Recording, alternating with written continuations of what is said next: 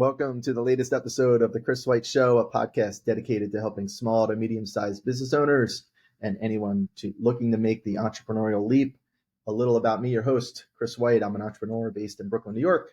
I currently own two companies, a boutique digital agency called Sneakers and a staffing and recruiting firm, Rad Hires. Our featured guest this week is Ian Dahlberg, founder and CEO of Dahlcore Security Guard Services. Dahlcore Security Guard Services was developed to address your specific security needs with security guards in Staten Island, Brooklyn, Manhattan, Queens, Bronx, and Long Island. Dahlcore's uniformed or business-attired armed or unarmed security guards are deployed to provide security guard services at a variety of locations and are available 24 hours per day, 7 days per week, 365 days per year. You can find out more about Ian and Dahlcore at dahlcore.com. We'll have the link in the post for the episode. What's going on, Ian? How are you, brother? Hey, Chris. Thanks for having me. Little update, too. We're also in Orange County, New York, as well. We just opened a branch this week. Oh, awesome. That's cool, man. Sweet. We're going upstate. Yes. I don't even know where that is, but it's where they made the motorcycles on that show that time. Oh. It's about 2 hours, but it's a great drive, and it was a beautiful place. Nice. We had a big opportunity there, so we took advantage of it and then started in that area. I enjoy going. Yeah. That's sick, man. Like, you got 4 kids, you're opening up another location, you cover all the boroughs and Long Island. Like, man, that's just, you're crushing it, brother. You're crushing it. I just saw how quickly you were growing, like when we first met. And, I've always looked up to you, man, as an amazing business owner and somebody who just hustles, somebody who just gets it done. So I salute you, man. You deserve it. That's great. Thank you. It's been a heck of a ride. Yeah, man. From when I think when we first met, I had like maybe less than 10 security guards, and we have over 150 on staff now. Wow, that's wild. That's wild. We definitely got to talk about some staffing stuff because I'm trying to do more staffing stuff going into 2024. That'll be a separate convo. But jumping into the show, I like to start out with one of my favorite questions. What's your favorite success quote, and why is it your favorite, and how are you applying it in your everyday business life, brother? Well, this one can be interpreted in a couple of ways. I think it best suits me. It's Winston Churchill, never let a good crisis go to waste. Oh, wow. Yeah. And it can be looked as like ambulance chaser, but, wherever there is a crisis, there's business for me. Yes. And, if, we have, currently we have the migrant situation where we have all these migrant facilities in New York.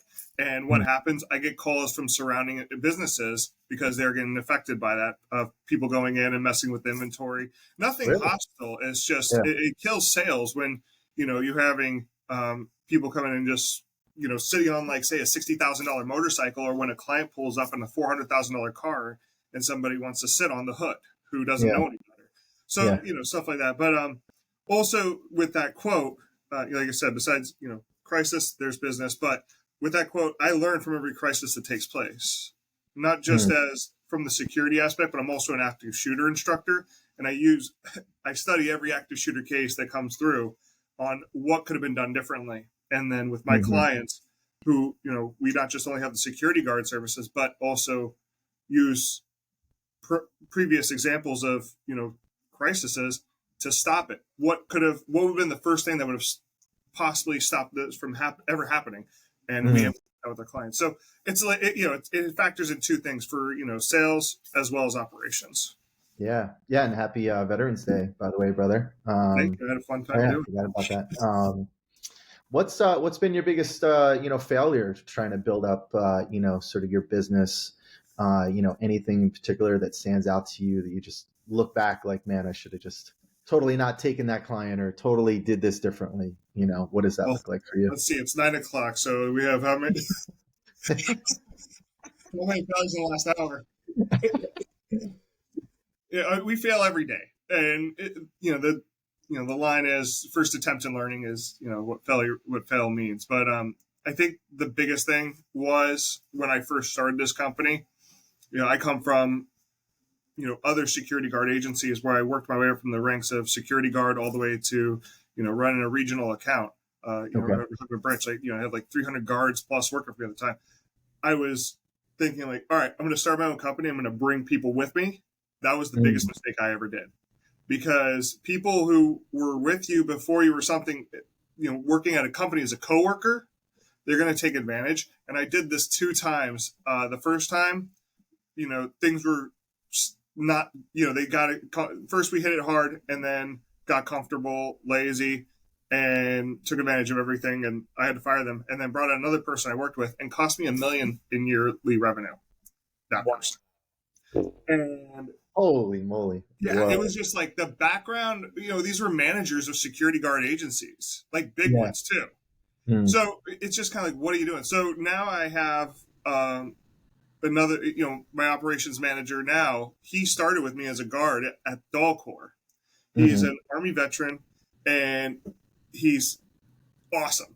He never had management experience before Dahlcore, but he's learned the way that I do things. And he has that military background, that kind of, we have the same mindset on how we do business, which, and it's been phenomenal. And we've been going back in business. We've recovered that loss that was from the previous managers, or from the previous manager. And we're moving forward hard. And he's built up his team internally with the Dahlcore guards and raised them up the ranks. And they're all A+. That's cool, man. That's amazing. Maybe that was a eureka moment. I guess, my next question I always like to ask is, what was that eureka moment? But, I don't know if that's different for you, but is there anything else that stands out for you in terms of, was there a eureka moment that you had where, like, oh, wow, if I do this strategically, that's really going to scale the biz, Yeah, it's, you, especially starting this, my company is only 6 years old, and I'm always learning. We're always changing. Eureka moments to, how we manage security officers. If you do it like everyone else, you're competing with everyone else. If you're doing it differently, you're in a whole different level.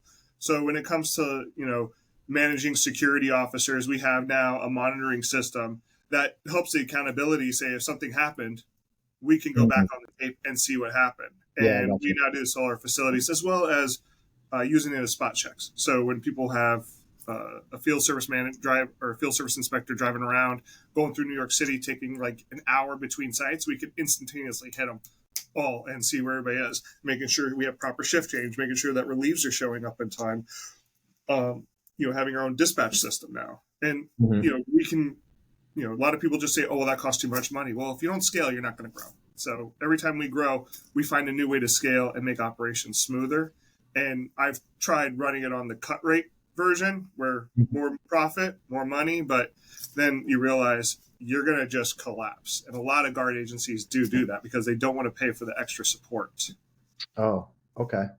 The company collapses. Also, maybe you personally as a business owner just collapse, I guess, too. Or... Yeah, turn into Howard Hughes. What do you do consistently daily that sets you apart and makes you successful?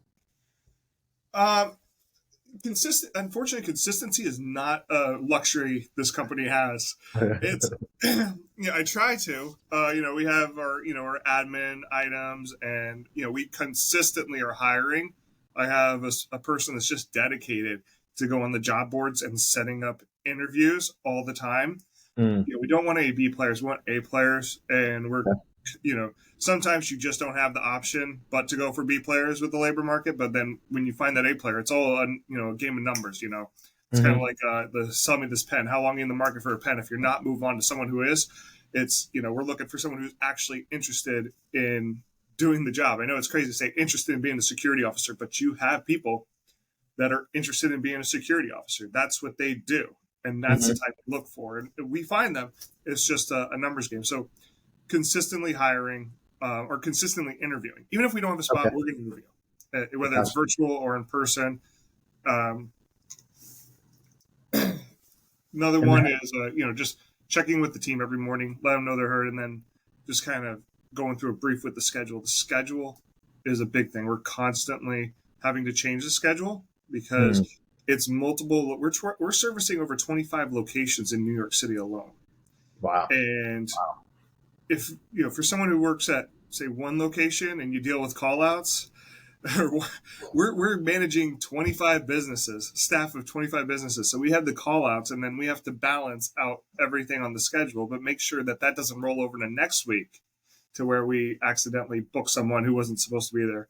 It's so always schedule maintenance on a daily. Oh my God. Yeah. Like, I mean, I do stuff with remote people like staffing, but I can't even imagine like doing that on site. Are those mostly like 24/7 types of engagements, or some of those are just during like retail hours? Like, Some are. I mean, we have sites that are as low as, I think the smallest site we have is 30 hours a week in okay. service. And the biggest we have is ranges because it's a concert venue. So we're doing Uh, sometimes between 500 to 800 hours. okay. We if we get a big, and it's on a weekly too. So sometimes we'll get someone big. Like we did a show for D Nice, Oh, Buster Rhymes, stuff yeah. like that. To really Cool. get the general population to go to this stuff. It's Yeah. just all hands on deck, 30 guards plus, 40 guards plus, and Oh, um, wow. and Wow. then you have like a 2 weeks, 1 week notice sometimes for these Oh. things. It's like Wow. everybody's sure who we have that's qualified. If they're not qualified, get them qualified. And it's Wow, man. Wow. I know a guy who has a music venue. I think I'll have to introduce you. I never even thought of that for you, please but don't. that's funny. That's funny. We love it, but Yeah, I mean, it's the show business is crazy. yeah, With this, we have from homeless shelters to high end residentials to concert halls to bars. It's just yeah. you get a taste of all sectors, but show business, dear God. I mean, you said Carnegie Hall too, right? Like that's pretty upscale. That's cool, man. Yeah, Cool. that's it's you just don't send anybody to those things, so it's Yeah. that's constantly interviewing. Luckily, with that, there's a pride with it. Hmm. There's an amazement just working there. I love when I go to the shows because you look around and just like, damn, Carnegie Hall, and it's Yeah. the Yeah. art. You don't see architecture like that anymore, and Um, we have a good consistent staff over there, so we really never have to hire too much, but we do have to get backups. So mhm. that goes back to interviewing people again for that. It's a good paying gig too. I mean, it's not. So Yeah. we get very well qualified individuals there. That's cool, man. Who's um who's an entrepreneur you admire, or like a book you love, and why, what would you like to share with our listeners? Well, with this question, I was thinking because my education is books. When I was a security guard in a booth, to when I was commuting, either if I was on public transportation, I was reading a book. If I was driving my car, it was an audio book. But Hmm. with all the time we have in our daily commute, you educating yourself is where you need to be. And the best resource in New York City, especially, is the library. No, Hmm. it's you can get an MBA worth of education just from books, and it's cheap. It's not free. Yeah. Yeah. So I was, I started trying to think what was the most influential book, and I think it comes down to like a combination of a bunch of books Hmm. that you can look from different levels. So I kind of broke it down into inspirational, Love foundational, operational, and then straight hunter killer. it. So Love it. Love it. Let's go. when I was 16 years old, especially, this goes into the foundational, but my first ever business books were two of them. It was Rich Dad Poor Dad, which I think if you just need to read that because you need to find a way how money works, your money working for you. And that's Mhm. what I took from it, your assets, your liabilities, and your money working for you and how you build up to that point. And that's kind of where everything. And then the other one was The Mindset of the Millionaire. Oh no, the Hmm. Millionaire Mind by Thomas Stanley. Oh, really? The Never Millionaire heard that. Next Door. And when I was a kid, I Borders book. I remember walking by and I saw it in the window. I'm like, so that's what it is. It shows like a picture of a scalp and it's cut down in different pieces, like in like a Oh, okay. diagram, like in a Yeah. psychology Yeah. book. And Yeah. it says the Millionaire Mind. So I believed while I was a high schooler, like if I get that book, I'll think like a millionaire and become a millionaire. And Wow. it really taught me vocation, vocation, vocation. Be a master of one thing. Like you always hear like people say, I'm a jack of all trades. Yeah, but you're a master of none, so you're useless. Are you going to Mhm. pay a person that's a jack knows a little bit about everything, or a lot about that one thing, and that's what you're going to hire them for? And that's where Mhm. my focus to security just narrowed in. Even when I was, out of high school and going in the military, it was like, this is what I do for a living. And I just learned everything. I still do. I'm always learning about security. But going in the order that I was saying, so for inspiration, Richard Branson is a huge inspiration for me. If you look at his marketing techniques, especially, and just the fun work environment he has, it's awesome. That does come to where I had the Ford Mustang as a patrol car. Oh, yeah. I'm a car guy. It's how do you make security fun? Yeah. By having awesome patrol vehicles. Yeah. So, we had the Mustang, rest in pieces. And then we had, thank you, New York Sanitation. And put a truck right into it. And then we have the Hummer, which is at one of our sites. It's always breaking down. But it's just awesome. I got racing seats in it. And those have also generated so much views on our Google pages or Facebook pages. I still use pictures of the Mustang. I don't think people know the Mustang's dead. Like just so I have so much B-roll that I haven't even released yet. Because I remember when I put the Mustang out there. It's a V6. I bought the car for $2,500 on Facebook. I put a GT hood scoop on it, and I made it look like a Dubai police car. Yeah. It generated over 30,000 views in a couple weeks. Wow. Just off of one photo, I'm like, all right, we're on to something. And then, of course, have my guards drive it was pretty scary, so we used it as like a booth. Like I just park it somewhere, and like you can sit there for shelter, but don't drive the damn car. Yeah. Well, it's parked somewhere. It's kind of like it's kind of like a form of content creation almost. Like I'm trying to study a lot about content creation and creator brands. And for you and what you do, it's almost like content. Creating a car. That is sort of free advertising, like mass advertising wherever it goes, putting it on YouTube. Like that's brilliant, man. Like that's like creator branding type stuff, Absolutely. That's, if you're using the car, why get, everybody's like, oh, get the Prius or the smart car, which gag me. But I don't need my guards driving around in a clown car. Yeah. If that's a shot to other security companies using those cars, it is.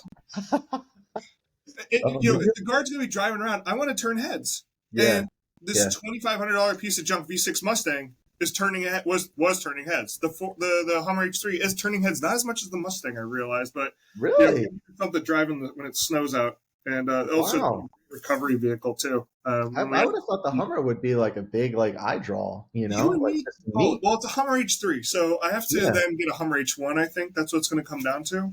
Who knows? Yeah. So I'm sure the wife will love when you pull up in a Hummer H1 at that. Yeah, well, yeah, I'm sure she'll have the same reaction when I showed up in the Audi S5. It's like, where the kids go? I'm like, in the back, it's small. But so just to go through, I'll run through it so we don't get too caught up in it. So it's Richard Branson, all his Virgin biographies. He did like 3 biographies on his journeys, and just for someone who started a magazine, who was a dropout in high school, to now he has a company that goes to space. Yeah, that's awesome inspiration for anybody. I don't care what year it is or anything. Quench Your Thirst by the founder of Sam Adams Brewing. Sam Adams, great beer, and how he was competing against Anheuser-Busch. It was before microbrews, and you're going against the big dogs. So if you think it's a mom and pop's not going to compete against huge corporate companies, you're completely wrong. It's starting from scrap, just someone who started a scrap metal business. And his journey along, I think it's completely inspirational. And for my fellow veterans, Thank You for My Service by Matt Best, the founder of he's not the founder, but co-founder of Black Rifle Coffee. Okay. His marketing is so awesome. You should check it out. He's not afraid of showing that he's a veteran. He's a former Army Ranger, and it's all military guys in his business on the, towards the top level, and just great stuff. But it was his journey transitioning from being an Army Ranger to being a CIA contractor to then working his way, t-shirt company to coffee business. And it's good coffee, I mean, they don't make Nespresso Pods versions, but when they do, hit me up, Matt. Yeah. And then, I gotta drop it. Oh, you got one more? Okay. No, I got a lot more, man. I'm sorry. You have, of course, your standard, which anybody should read, Think and Grow Rich by Napoleon Hill, Dale Carnegie, How to Win Friends and Influence People. Grant Cardone, Be Obsessed or Be Average. Oh, yeah. Or if you're not first, you're last. That will make you pick up the phones. That's the sales portion. Yeah. Sales. That's a big one. Wolf of Wall Street, the Mm, book, it's so much better than the movie. A lot of really? lessons Okay. to learn. Okay. The Sell Me the Pen, Martin Scorsese did not say it right. Yeah. Selling to Vito, which is I'd have to say my key to selling. Selling to Wow. Vito. It's so old, they mentioned CompuServe and the Dewey Decimal System. Wow.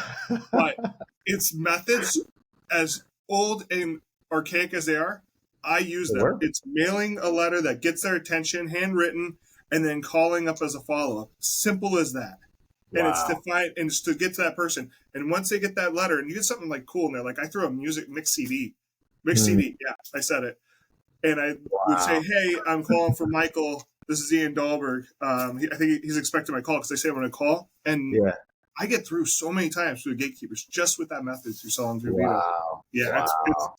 best. And then Murdoch method. Oh, so operational Murdoch method, the Walmart effect, 4-hour work week, and then the straight hunter killer, art of war, and anything about Alexander the Great, Julius Caesar, and Hannibal Barca for business Wow. tactics. I Wow. kid you not. Drops Mike. Yeah. Dude, I got a gem for you, dude. I don't know if you know this one. Living with a Seal. You know what? That's that.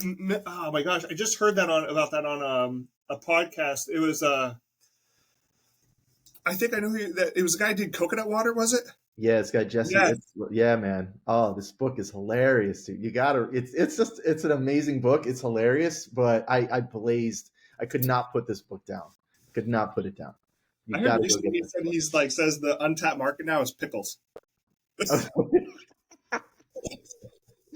what, Right? dude, you're killing me, dude. Oh my god, dude. I was listening to him talk, and then I was like, I opened up the fridge, and I'm like looking at this pickle jar. We bought it from Von Farms, and I'm like, oh my gosh, this is like it's running minds. I'm like, hey, you want some investors? Like, let's make pickles sexy. I want to jump in. I want to jump into really like the day to day running a security guard business. Providing security guards. It's a 24/7 job. What were those early days like getting the business off the ground? And do you still answer those 3 a.m. phone calls? Hell no. Um, it used to. It comes down to having your foundational knowledge in the security guard industry. You see people, and I'm not ripping on retired cops or anything like that, but that's usually what a security guard agency is. Okay. However, there's a long line on contract security, so you have to know what the security guards are going through. You need to know what it's like when no one is showing up for shift and you have stuck doing the double. What it's like to be on the calling end for the manager to find someone to cover for you or call Mm, out process, and then just seeing how it works as a supervisor, how to keep people motivated, and then being the corporate side, the sales side, mm, the managing the P&L. This is stuff you don't do when you're in the military or in law enforcement. Having to make sure you're aware, and then communicating with clients that don't know anything about security to begin with, majority wise. And we mm, have some great clients that it's like boom, boom, boom. We're on the same level. We understand the tax ops, and then we're ready to go. And taking those calls as a field operations manager, and then hiring a field operations manager to take those calls for you while you're operating on a different level, or the boring stuff like everything that's on a screen. But mm, all that stuff, Dahlcore would never succeed if I didn't move up those ranks in the corporate world. And it was the best school I ever had. If mm. you want to learn about an industry, go in that industry and learn everything about it. Work for a big company. Don't try to rob some mom and pop. But I made sure I worked for one of the top 5 largest companies, and I would learn everything. I was there before anybody, and I left after everybody. And I would shadow the salespeople. I would shadow the top performers because I already had the idea that I wanted to have my own security guard agency. So Gotcha. that's with that knowledge, breaking off and starting Dahlcore after having, I think, God knows, I think maybe well over 100 something books and business books that I just read to get myself motivated, have the Mm, knowledge base, kind of just know that you can succeed as long as you push yourself. And I yeah. went, I started off, I started off as a salesperson, for Dahlcore, because that's all you have is a sales. So I'm running the selling to Vito, part where I'm having handwritten envelopes and then doing the follow-ups. Mm-hmm. And then I landed my first client with that. Now I'm still a salesperson, but I'm also now a security supervisor as well as a security guard. Yeah. Yeah. So I was holding post. It was for a group of cemeteries in Long Island, believe it or not. Wow. Yeah, it was. You were there. You would go there. I would go there. Wow. From Staten Island, 2-hour drive. We had multiple locations. So the closest one is in Westbury, which was about an hour and a half drive, and the furthest one was in Coram, which was about a 2-hour drive, if not more. And hold the post because I only had 3 employees. Wow. And then once we got that, I ended up getting a bank. So I'm still handling the call outs too. So the crazy part was I only had 3 employees for these 3 employees. It eventually grew to 4 cemeteries. So it was 3 cemeteries we got over there. Mm-hmm. But when they would call out, I'd hold post for it was just on the weekends. However, if I got 2 call outs, I would call my friends and I'm like, yo, I will pay you cash to just go and hold post over here. And it was, just getting as creative as possible without staff, especially in Long Island. I didn't know anybody. Yeah. And then, we landed a local bank over here that's now been acquired by another company. And then it's like, all right, now my portfolio is growing and I have the same issue though. Someone calls out, I'm not even a security manager at this point. I'm a salesperson still. And I'm a security supervisor. I'm literally driving, making sure that everybody's fine, making sure they're happy. But then the call outs happen. I would get 3 part-timers for this bank. So I only have an option of 2 people because I can't get my Long Island people to cover. Yeah. To cover the bank. And then if not, I'm holding post. But the best part was there's no conflicting jobs because my cemeteries were on the weekends and my banks were Monday through Fridays. So I'm literally working 7 days a week. Wow. And you get the call, at like 6 o'clock in the morning, you think you're like, all right, I'm going to focus on the sales. And then all of a sudden you see your phone. Oh, my tummy hurts. You're like, you sound like my buddy. I've got another podcast coming on with my buddy who has a restaurant. And he just says like, I just tried to be available. Like availability was one of my biggest strong suits. The phone rang within 2 rings. I was picking it up, like just had to be available. Like the Goldman Sachs 15-minute rule. Yeah, dude, get to always respond. I still try to do that. But respond to your clients within 15 minutes of them reaching out. Wow. No matter what time. Yeah, I mean, I remember you telling me some pretty wild stories. Some crazy stuff going down. Like what's without obviously revealing personal details or client details, but like what's a crazy situation you've had to deal with running a security guard business? Oh Jesus. Is this you guys change the rating of this podcast? One buddy's a cop. He's told me some crazy stuff just being like a cop. But I can, my mornings are so strange. If I don't get a phone call nowadays, like I said, now we're completely scaled, so my guys get the calls for the most part. But in my office, there's a few of us business owners that share this space. I had the door open one time, and I just moved in the office. And I always answer my phone speaker when I'm in the office, which was a huge mistake. Yeah. So my buddy who once moved in this office, we have my friend Gal Ozana, who owns Ozana Realty. He has all these real estate agents outside. They're always here in the mornings, and so I was in the office. This is the second day I'm in the office, and I open it and it's like, so your guard's talking with the police because he witnessed the stabbing. And it was like, oh my God. It was, it was like right then off speaker. And it was like, what the, this is the stuff I deal with. And, we have like situations where, guards do find, bodies. Wow. That's a big thing, especially with residentials, man, because I think you've heard this one when I was talking to the property manager in our business group way back when we used to go, it was, you have all these buildings with all these units, but if someone passes away in a building, it could go 3 days before someone reports the stench. Yeah. With having a security officer, patrolling the halls, they can catch that really quick or do wellness checks on people.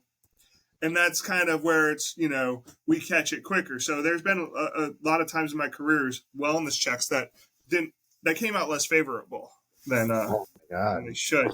The wild stuff, I don't know, like, I'm trying to think of something that won't get me in trouble. I would have never even thought like about, discovering somebody passed away in their home. I mean, that's pretty wild to me. Just something that you have to deal with on the job, and people would also come to you because you're the security guard. They would look at you as like a person responsible to handle that kind of thing. I wouldn't even think of that. Like, that's crazy. This week alone, my Monday started off with a story, incident report where one of my guys Narcan somebody. Oh, yeah, saved his life. Wow. Yeah. Like what? Yeah. This is too much. And it's just Monday, as I like to say. What, like, you said you have, I think you said you have what, 150 security guards now? What, like, how many security, and like, man, amazing story, just getting that off the ground.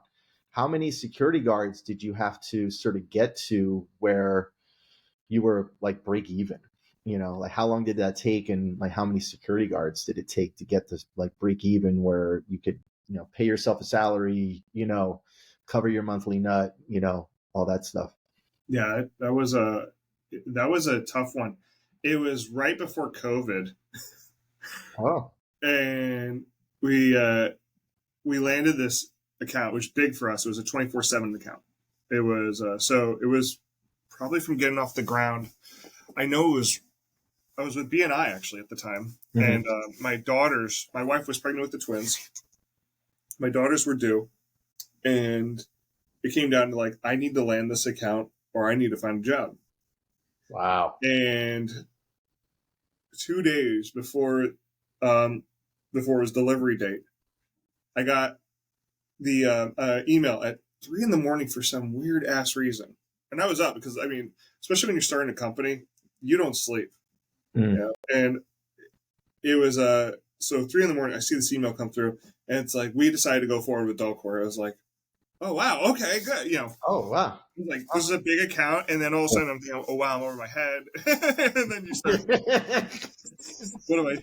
how am I going to afford this to pay the guards ahead of time? And but took it, and then my daughters were born, and then about 2 weeks later we started the job. I had the team built up. I was able to. What's crazy was especially the big thing that was our success too was the Winter Lantern Festival. So when I had those short number of accounts, there was a festival at Snug Harbor. A friend of mine reached out to me, told me about it, and he then put me in contact with the director of facilities, who's still a good friend of mine, and put in a bid.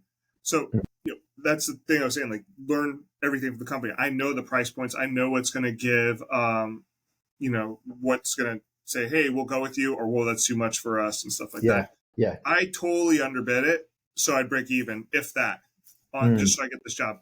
And it was supposed to be just 6 guards. It was a 6-week event, 6 days a week.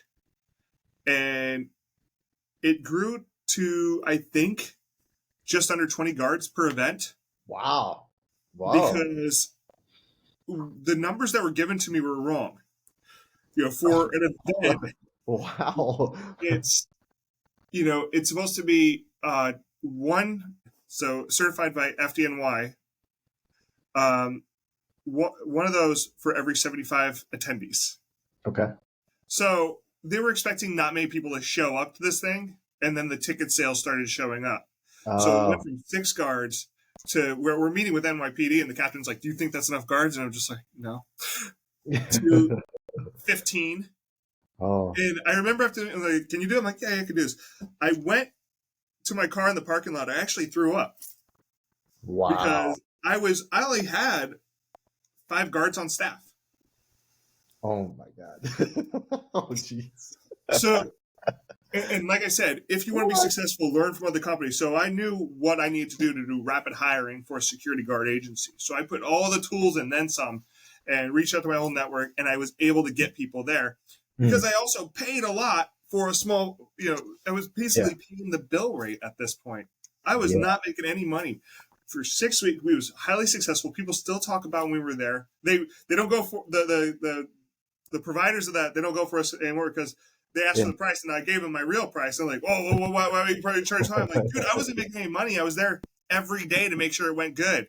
And I used to roll still from that. I hired a camera person, all this stuff, and that put us on the map to take on what we have. So that allowed us to get the attention of the property management company that was able to bring us to that next level to where I can afford to live, and then just kept growing. And now that I remember that property manager company being 75% of my portfolio on the pie chart, and knocked it down to 4%. Oh, dude, that's because we were we got so big, and it was like something that just took so much, and it like required so much attention. And now it's like, and if they go, we're screwed. And then we knocked it down. So once we grew, COVID happened. Jeez. This was before how many years were you operational when COVID hit? Like 3? So that was about 2, because then I got I got that group of grocery stores too at that point. And then COVID happened 3 months after landing contract, and I had 2 nightclubs that were supposed to start on April something. COVID happened like 2 weeks before launch. Oh my God. So something you worked so hard for, you're finally making money, and you're just getting the calls from clients. I had calls to Staten Island. I had so much great momentum, and I was like, I couldn't believe this has happened, and then just watch it all go away. Wow. And luckily, our property management client and our grocery store client and our cemetery clients still stayed solid because they were essential requirements.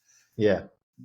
It was at that point, again, I was looking for a job because we were getting down to like, okay, now we have a lifestyle. I can't, I have to provide. I have my 2 daughters. I have my son. And I can't just do it off this business. This has to be a side business right now. And then the George Floyd incident happened on one side. So the riots in the streets happened. Very rich people got scared and wanted security guards at their residential buildings. And I tell you, they just were coming in left and right. The doormen were not wanting to do this. So this Dahlcore Security jumped in. And then on the other side, I don't know if you remember that when I said this was going to happen too, before it happened, people were checking the COVID cards. And you were I'm like, people do not like to be told they can't go somewhere. And there was that restaurant where the guy attacked the hostess. Oh, right. Yeah, that's right. Yeah. Right. And it was just like, once we started, that stuff like that started happening, we were called in for COVID checks and COVID card checks. And then we grew bigger than we ever were. It was wow. Anyone in business, your business is definitely going to go up and down, but mine went like this and then just disappeared. Like, it's just like all it is gone. But within a couple of months, and that's where it comes in. Winston Churchill, never let a good crisis go to waste. Yeah. That crisis shot us to the next level and then some. And we're still have those clients that we were doing COVID checks for that never had security before, but they decided to keep us. That's crazy. Yeah. So if a business, is considering bringing on their first security guard, they've never had one before. What for business owners out there, who need a security guard, or residential properties, what have you, what are some of the top things they should take into consideration to prepare on their end to like actually bring and onboard and have a security guard on location? Absolutely. To look at a security guard, you have to think crime is like water or electricity that goes through the path of least resistance. So, you have your devices, you have your technology side. And it's always, in my industry, it's always good to know what the current technology is. And then you have the guard side as well. The guard acts as a deterrent. Having a guard on post at a front door, and I can prove it over and over again with my loss prevention clients, theft goes down on a level that's so great that it pays for the guard being there and then some. You're making more money and that's what I love about loss prevention is like, yes, you're going to pay this salary, but you're going to save this much. You're going to get more money out of this deal. But also making sure that you have your tags on, say, your clothes. We have a lot of high-end retail. Make sure that you have the staff also trained to, and make sure that you're not just leaving your stuff out there to get stolen. Yeah. Yeah. Having the cameras and, the detectors, someone walks through, you need that alarm to go off. The guard. So you help them cover, like you kind of help them holistically, even just cover some of the other ground basics that they should be doing. I do. I team up with I have technology guys that I team up with all the time. I don't get a cut or anything. It's like, dude, I team up with you. You're making my life easier. It's not a replacement because they're still going to steal. But when you have someone at the door, you can see the difference in the numbers on anyone that hires a security officer, especially for loss prevention. You can see difference in the numbers. Residentials, it's the same thing. If you're being watched, if you've seen with cameras, people are checking car doors and breaking into places. The cameras are there, but a person sends a whole different signal in the brain that they're like, I'm being watched by that person there. I'm going to go over here where it's quiet. Everywhere you want to do something that even when you're a kid, even with kids in general, my daughter knows like to go into the other room and like exactly. try to do something that like it's like, what are you doing over there? It's quiet. My kids have the basement. The whole right of the basement we made into like a padded asylum. But the minute they all go down there, and then all three of them are playing, and then it's really quiet because they know no one's watching them. And I do have a security camera down there that follows them. But my house has so much security in it; it's insane. Even in the backyard, like there's just the basement is being watched. I don't, watch the bathrooms and the kitchen and stuff like that in the bedrooms, but the basement's like their playroom. But even around the backyard, like, one of my daughters like, oh, Connor pushed me. I'm like, really? No, she fell. I'm like, yeah, let's check the DVR. Oh my God, dude. But, they don't have that concept. It goes down to kids. The cameras are there. Yeah. They know the cameras are there. They're still going to try to get away with it. But having a person there, your kids won't try to pull half the shit they do with you there in front of them. It's the same concept. It's that simple. Oh my God. So if you want if you want to keep people out, that person there makes a huge difference. Yeah. Last question. And actually you perfectly segued into this question. There's just so much going on in the world right now.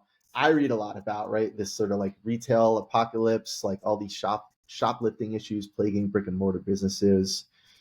Like, what, in your opinion, will this ultimately mean for the future of shopping experiences for customers, especially in like maybe big box, like kind of retail stores, like Targets and stuff?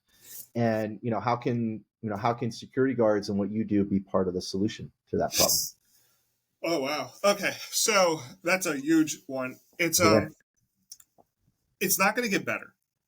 And the reason why is once COVID hit, and I don't ever give an opinion on political or how I feel. I just state the facts. Law enforcement is not responding, and rightfully so, because we have these things. Mm-hmm. And even if they're not in the right, people are recording. But the problem is, if they're in the right, people are recording it too. So there's such a latency on response. Okay. And from the police side, you mean? From the police side. And I don't rip on the police. They have the hardest job in the world. I applied to be a cop. I took the test and everything, but there was when I got in the military, I got 100, and then, plus the 5 that you get for being military. And there was a hiring freeze. And that's when I discovered security. I am so happy for that hiring freeze. Because they then called me and it was like, I'm already, a branch manager at one of the largest the largest security firm in the world. And I'm learning so much about this industry. I was so glad that is when the call came, and I just said, no, I'm not interested. Thank you. Because it's just getting worse for them. And, they're not going to stop someone for stealing an item. It's just, it's not there anymore. And you see people walk in. They take an item, the camera's there, their face is there, nothing's being done. Wow. But the minute they push a guard over, then it becomes an assault case. If, they also, see anybody with a security jacket, it's kind of like Milgram's theory. I don't know if you know of it. If it's a sociology major right here. So there was a study where people were in white coats, but they never mentioned that they were a doctor. And they can, it's totally unethical. And it's from the 70s. So, but they tell this person to do it. It's like, no, it's okay, you can do this. But they never mentioned their doctor, because he had the white coat. They did that same thing with security. They see someone with a square badge, that a security officer, even though secret is out, they have the same authority as us. It's tort law. Yeah. They can do, when they make an arrest, it's a citizen's arrest. Yeah. So, but having that, you see just a massive change. So I think having the people presence, listen, you can have the cameras, you can have the devices that set off the alarms. The minute the alarm goes off, they'll run out. Yeah. But having that person there watching them is going to make them think twice. And that's a majority of the time, that's all it takes, is for that person that's willing to steal an item to see a guard and think twice and put it back and go to a store that doesn't have a security officer. And that's just going to get more and more common to have security guards there, because people know that the consequences are not there anymore in comparison to how they were 5-6 years ago. Wow. Wow, man, this is just incredible. I did not know you were such a voracious reader. I love reading. I'm definitely going to be trading books with you and sending you book links. I think so many people are going to get a lot of value out of the show. Hats off to you, brother, for everything you've had to deal with just trying to build and launch this kind of business. Like I said, I probably want to pick your brain just about staffing in general. I do more remote staffing, but I really want to grow that in 2024.